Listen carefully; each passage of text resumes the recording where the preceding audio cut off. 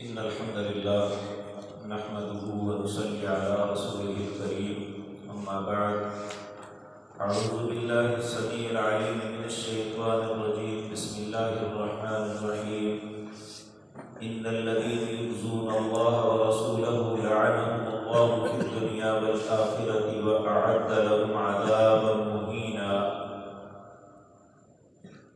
حضرات محترم،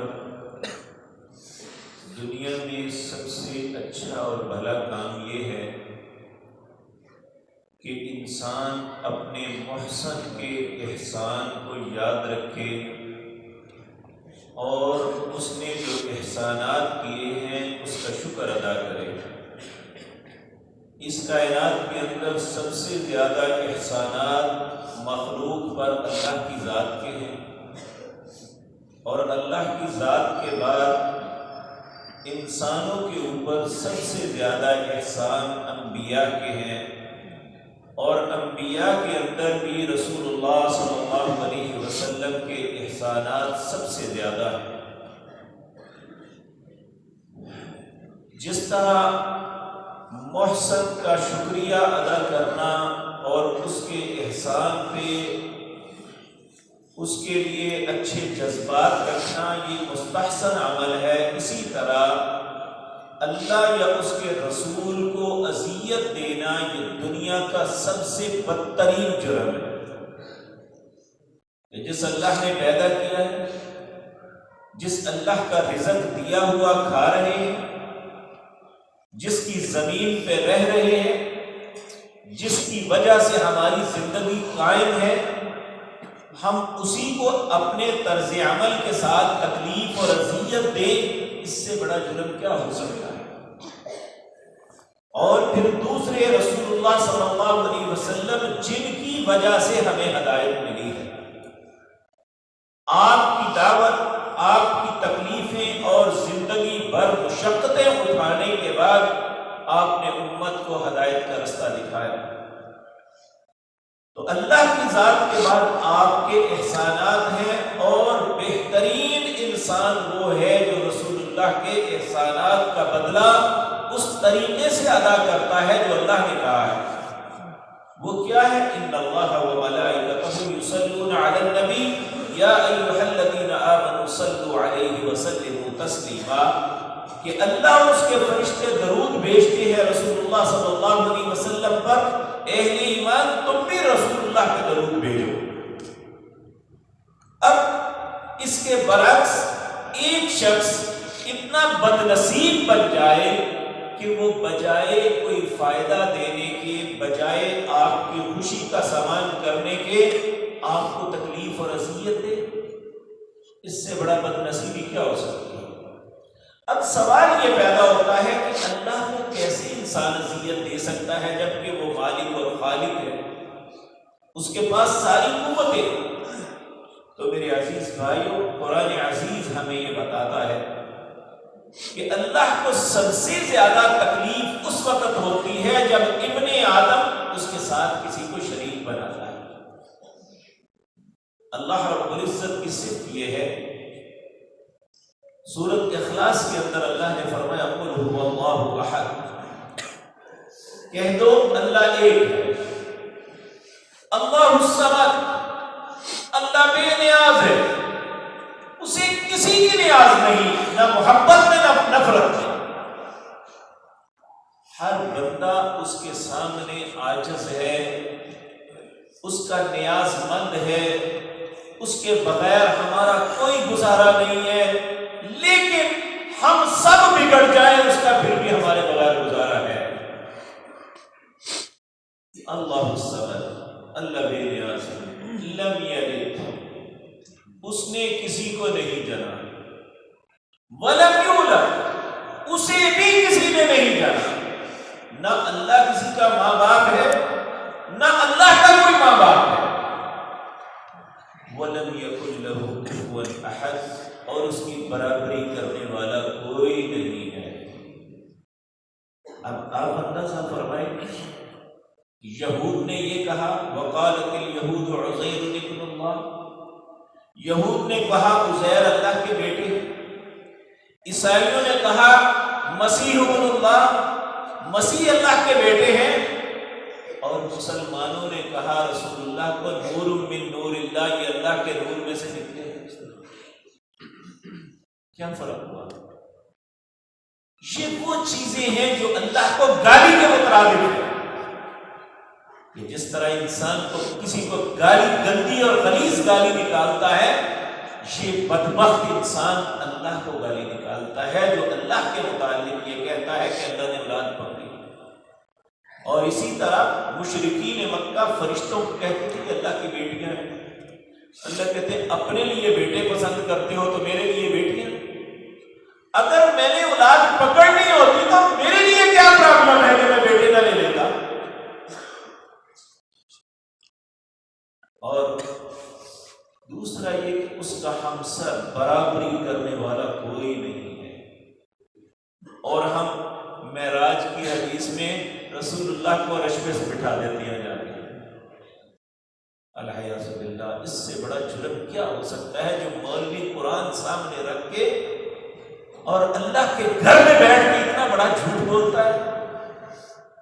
حالانکہ رسول اللہ صلی اللہ علیہ وسلم کو جب شفاعت کبریٰ ملے گی، اس وقت اللہ کے مقابلے میں کیا کیفیت ہوگی رسول اللہ خود بیان کرتے ہیں صلی اللہ علیہ وسلم۔ صحیح بخاری کے اندر طویل حدیث ہے کہ کہتے ہیں جب ساری مخلوق پریشان ہوگی حساب کتاب سے، اور سب آدم علیہ السلام کے پاس جائیں گے اور آدم سے عرض کریں گے آپ ہمارے باپ ہیں، اللہ سے سفارش کیجیے، ہمارا جو کرنا ہے ہمارا سوال و جواب ہو، کم از کم اس اذیت سے تو جان چھوٹے۔ وہ کہیں گے آج میں اللہ کے سامنے بات نہیں کر سکتا، جتنے اللہ آج غضبناک ہے کبھی نہیں۔ جاؤ نوح علیہ السلام کے پاس، نوح علیہ السلام کے پاس جائیں گے، نوح علیہ السلام کی جواب دے دیں گے میں نہیں جا سکتا۔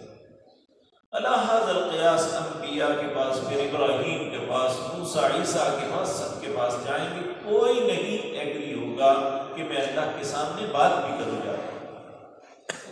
عیسیٰ علیہ السلام کہیں گے میں تمہیں بتا سکتا ہوں کہ فلاں شخصیت کے پاس چلے جاؤ۔ وہ کہیں گے جاؤ احمد یعنی محمد رسول اللہ کے پاس چلے جاؤ۔ ساری اللہ کی مخلوق رسول اللہ کی خدمت میں حاضر ہو کے عرض کرے گی اللہ نے آپ کو سارے انبیاء کی سربراہی عطا کی، آپ اللہ کے حضور ہماری سفارش کی تھی، ہمارا حساب شروع ہو۔ نبی کریم صلی اللہ علیہ وسلم نے فرمایا ہاں میں تمہاری سفارش کرتا ہوں۔ آپ فرماتے ہیں سفارش کیا ہوگی، کس طریقے سے ہوگی، یہ غور کرے ذرا۔ ہمیں شرم نہیں آتی اس بات پہ کہ اللہ کی عظمت کو گھٹا کے ہم کیا کما رہے ہیں۔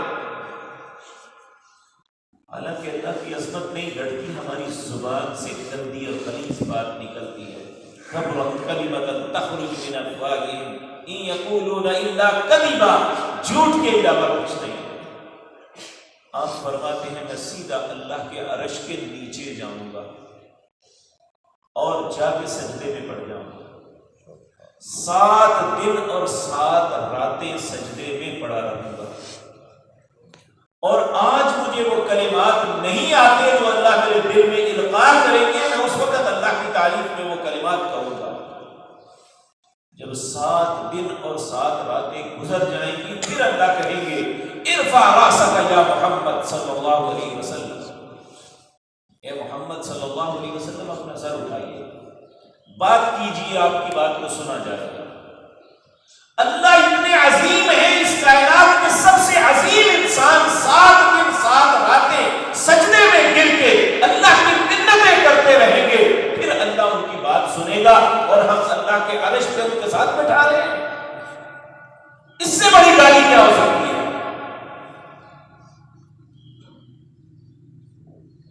یہ وہ چیزیں ہیں جو اللہ کو اذیت دیتی ہیں۔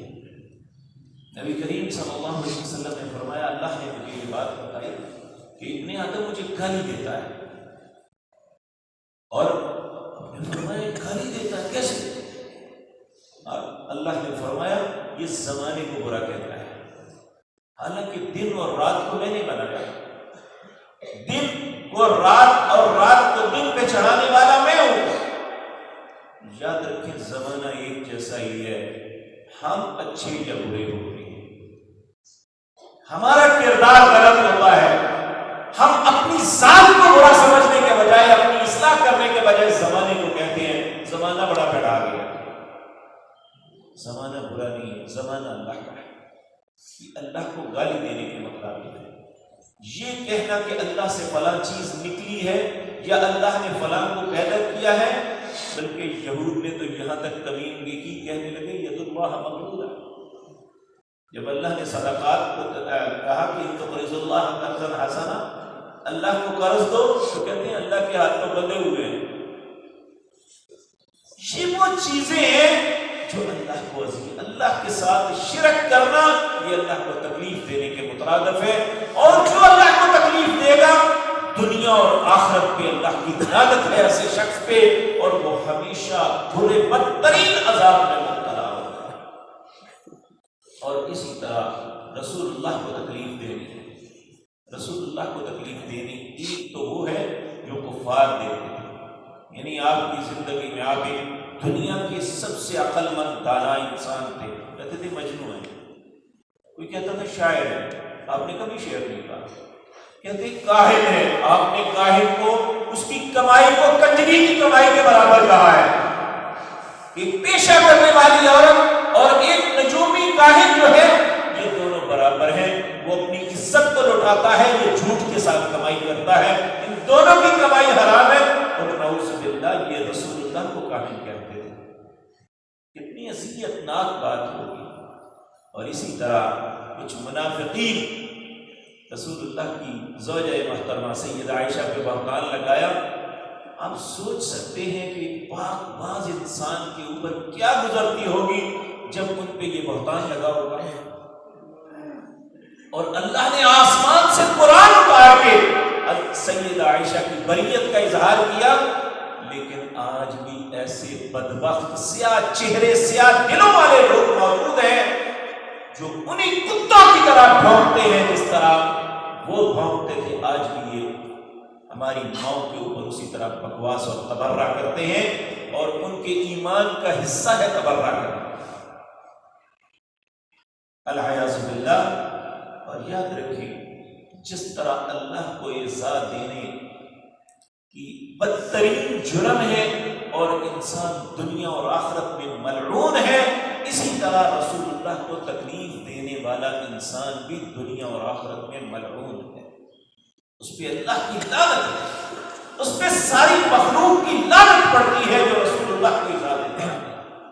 اور رسول اللہ کو ایک ایذا دینا یہ بھی ہے کہ آپ نے ایک دین دنیا کے سامنے پیش کیا، ہم ان کے دین کو بدل کے رکھ دیں، یہ بھی آپ کی اذیت ہے۔ لیکن سب سے زیادہ آپ قیامت کے دن جس بات پہ مشتعل ہوں گے، جس بات پہ غصے میں آئیں گے، وہ اسی بات پہ ہوں گے کہ آپ جب حوض کوثر پہ ہوں گے تو حوض کوثر پہ لوگ انہیں آپ اپنی امت کا استقبال کریں گے۔ صحابہ نے پوچھا کہ آپ پہچانیں گے کیسے؟ آپ نے فرمایا غرًا معجلین، وضو کے چمکتے ہوئے اعضاء کے ساتھ پہچان کر۔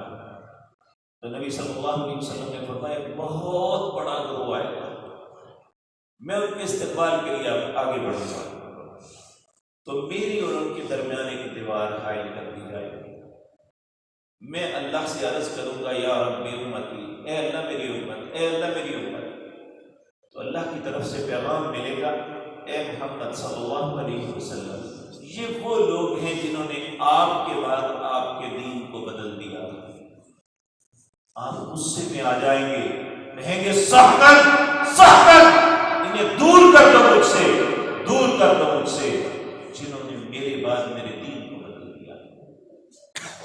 حالانکہ آپ اپنی امت پہ بڑے رحم دے، رؤوف الرحیم ہیں، درگزر کرنے والے مہربان ہیں، لیکن جو شخص اللہ کے رسول کے دین کو بدلے گا، آپ کی بتائی ہوئی تعلیمات کو اپنے فرقے کے مطابق ڈھالنے کی کوشش کرے گا، وہ اللہ اور اس کے رسول کی لعنت کا مستحق بنے گا۔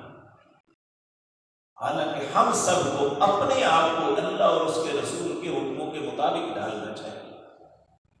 تو اللہ رب العزت یہاں فرما رہے ہیں یہ بڑی اہم ہماری زندگی میں بات ہے کہ یہ زنا سے، چوری سے، ڈکیتی سے، قتل سے بڑا جرم ہے کہ انسان اللہ یا اس کے رسول کو تکلیف دے۔